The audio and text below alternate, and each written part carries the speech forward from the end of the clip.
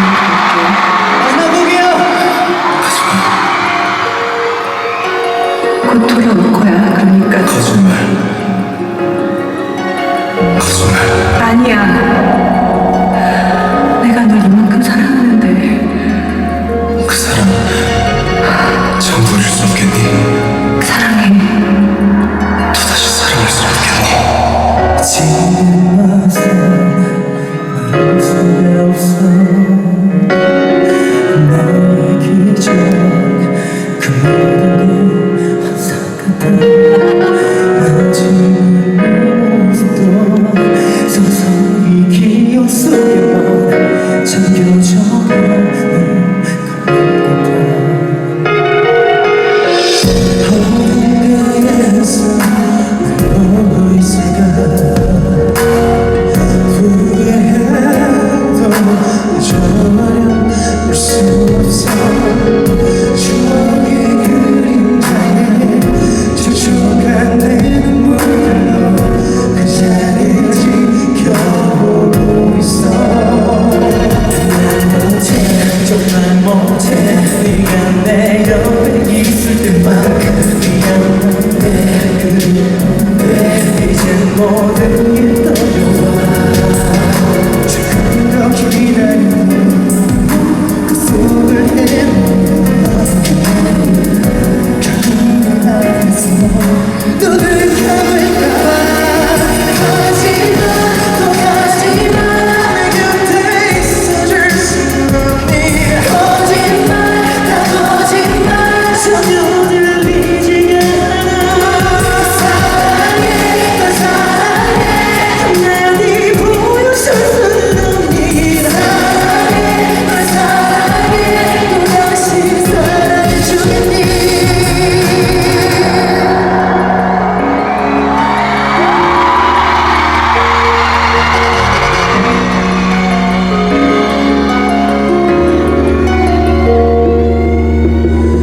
벌써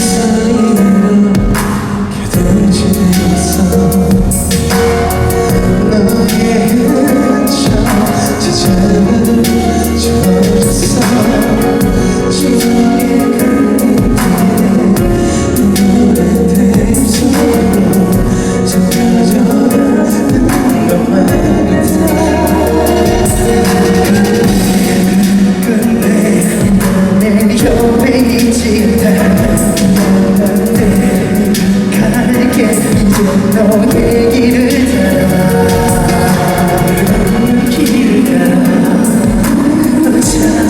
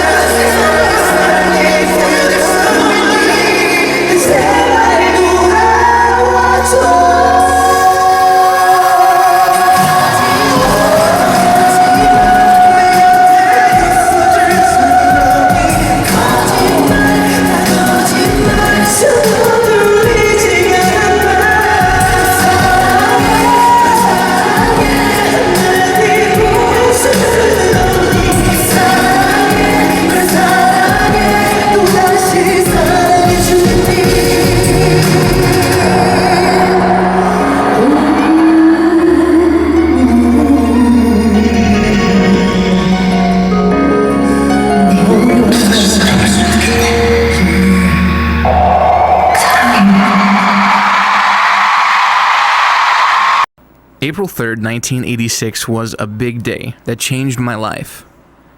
In 1985, I drove a motorcycle under the influence and got into a traffic accident. I then went to prison. My wife asked for a divorce when I was released from prison, and I set up a thorough plan to kill 8 people. My wife, her family, even child relatives who encouraged her to get the divorce.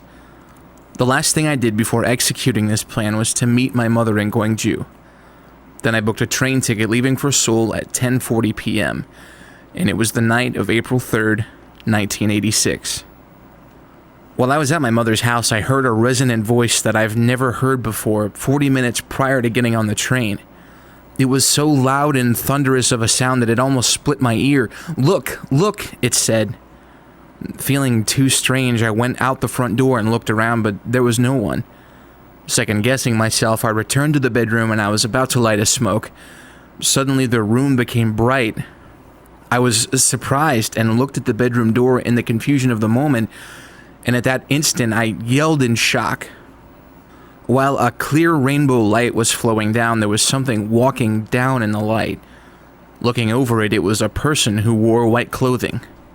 Due to the bright light, I couldn't see its face clearly, but it was human-like. After a while, a rectangular horse-drawn carriage was following behind him.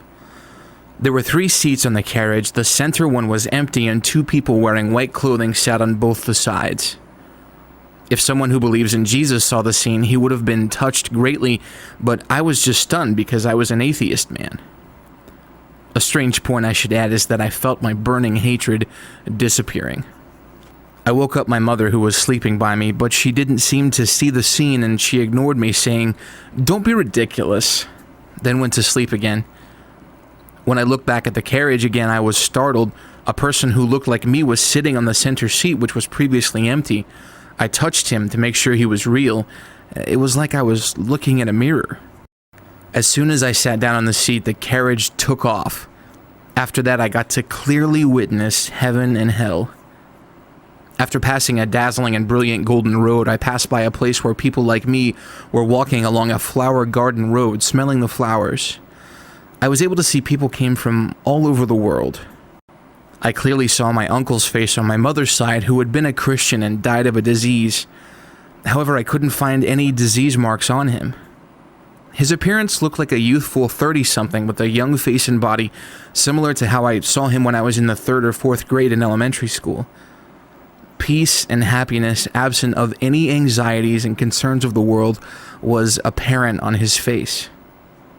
Hearing a continuous booming musical sound, the golden carriage was passing by brilliant gold houses after driving for several days. When we arrived here, the angels, who wouldn't answer whatever I asked, eventually said, "Here is heaven," with a very clear voice. There were an uncountable number of houses which were stretched out into the horizon.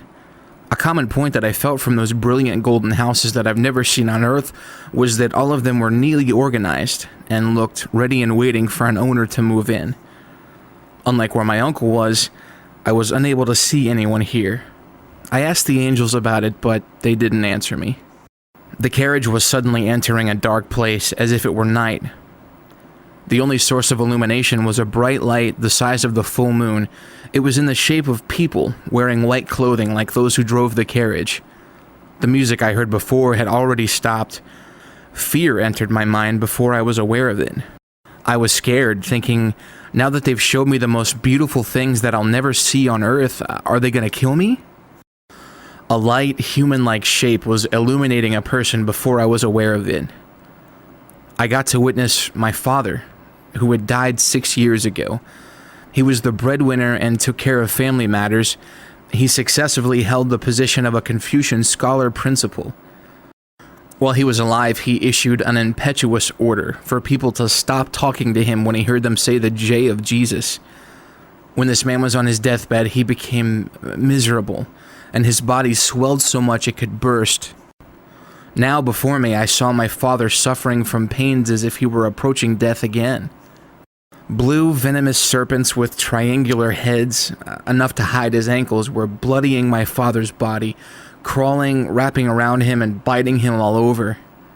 I was crying in despondency and calling out to him, but he didn't seem to hear me at all. The second place I went to, a large number of people were gathered in a crowd trying to escape from a fire on an extremely huge iron plate similar to a grill.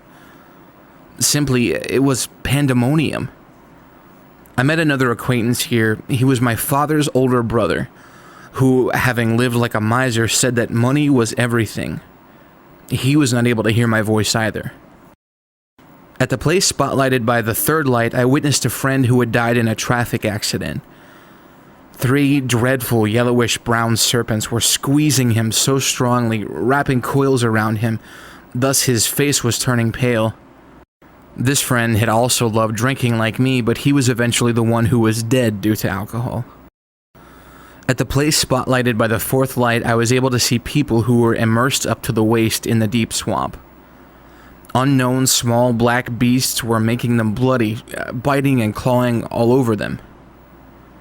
I was able to recognize 2 people, a relative and a childhood friend among the people who were inevitably suffering, trying to escape the beasts, rolling their bodies left and right.